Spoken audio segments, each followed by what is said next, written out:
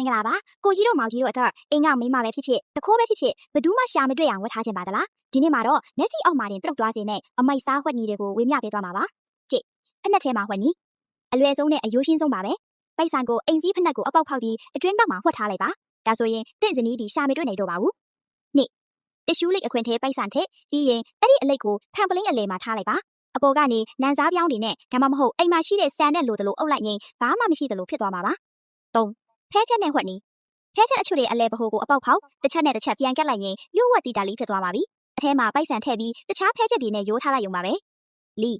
ပိုက်ဆံကိုရေစိုးကန်ဆက်ကူ waterproof paper နဲ့အရင်ထုတ်ပါပြီးရင်အိမ်သားရေအိုးရဲ့အတွင်းဘက်မှာကတ်ထားလိုက်ပါတခိုးဝင်ရင်တော့ဒီနေရာကိုတော့ရှာမှာမဟုတ်ပါဘူး